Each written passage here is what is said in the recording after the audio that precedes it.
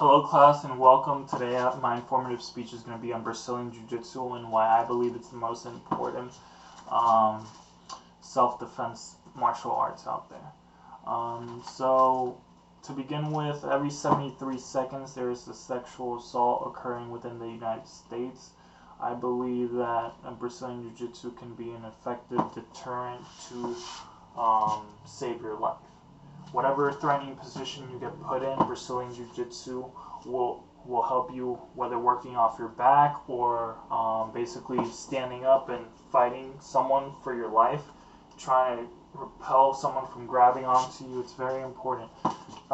So I'm going to be going over some examples of techniques to use.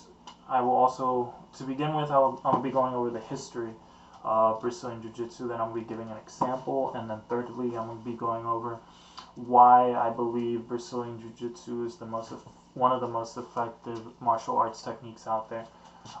So to begin with, the Gracie family brought over Brazilian Jiu-Jitsu to the United States.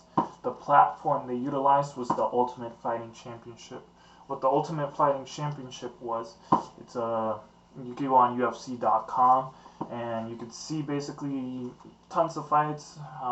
It's broadcasted on ESPN now, but it's basically a tournament to see who the baddest man on the planet is, or what the most, or what the best.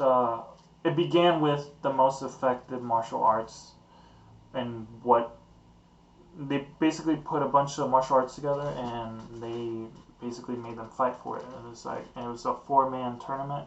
Or a 4-fight tournament, sorry. So you have to fight 4 fights throughout the night, and then you win the tournament at the end of the day. So the Gracie family put in their smallest family member to prove that their technique was far superior to wrestling or striking or Muay Thai, and they put their smallest family member, 170 pounds, against like people that weighed 320 pounds, wrestlers.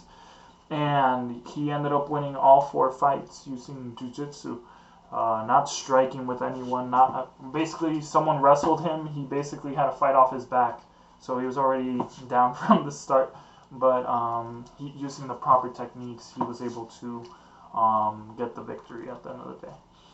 So they utilized the UFC, and now they have multiple gyms across the world. Another important pioneer is Eddie Bravo. Eddie Bravo doesn't like to teach with the gi on, so the gi is what I'm wearing. This is what you wear at the gym when you're practicing jiu-jitsu. But he believes it stalls certain movements from progressing, so because you can grab onto it no matter what. So he completely got rid of that. He wears all Under Armour, and it's more street effective. So basically what people wear nowadays, just shirts or jeans. It's basically it's even more streetwear than what the street defense is. So my second point, I'm going to be giving you guys an example of how to conduct a rear naked choke. Obviously in a fight you're not going to be fighting a teddy bear, so if your opponent throws a punch at you, what I'm trying to teach you guys today is a rear naked choke. So you want to get on their back. Throw a punch, step back. They're going to give up their back. You want to get under their armpit. And then one over their neck.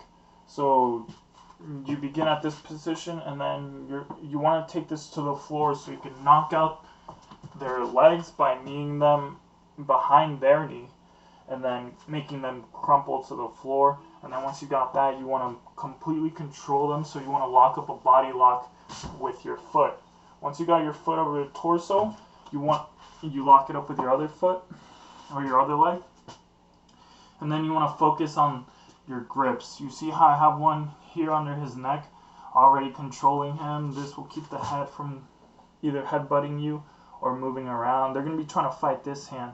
While they're trying to fight this hand, you can swing this hand over and then lock it up here. Now you have both hands over the neck. You could use a cable grip to squeeze and basically cut off their air circulation, or you could create a knife-like blade with your hand. Tuck the other one at your elbow joint, and then proceed to push their head forward and your arm that's under their neck is gonna keep tightening up here, and then their air circulation is gonna be completely cut off. So that's a very effective technique if you gotta escape for your life and someone decides to grab onto you, and basically take their back and make them unconscious and get away from the situation. So my third point is why Brazilian Jiu-Jitsu is the most effective, or one of the most effective martial arts techniques out there. So I saw this study on MMA or MMAguru.com where they explain why a lot of law enforcement goes over these certain techniques, because they need to utilize them. They need to assess a situation. If a situation is a threat, they got to take control of someone 3 times their size or their size alone, but you got to completely control the individual. If you cannot control the individual, there's a chance your life might be taken. This is why I believe Brazilian Jiu-Jitsu is one of the most effective techniques, because it gets taught around the world to all law enforcement in every country.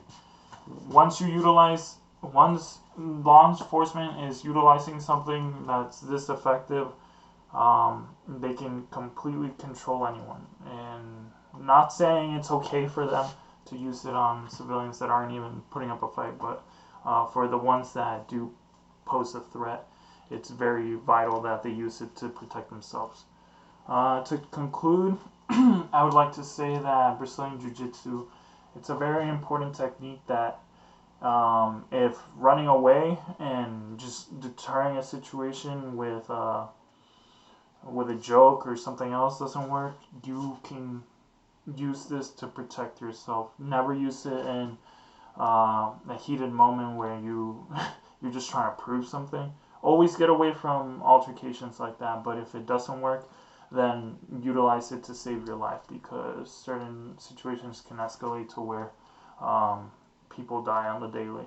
And this kit is a perfect example of martial arts that would work for someone getting sexually assaulted.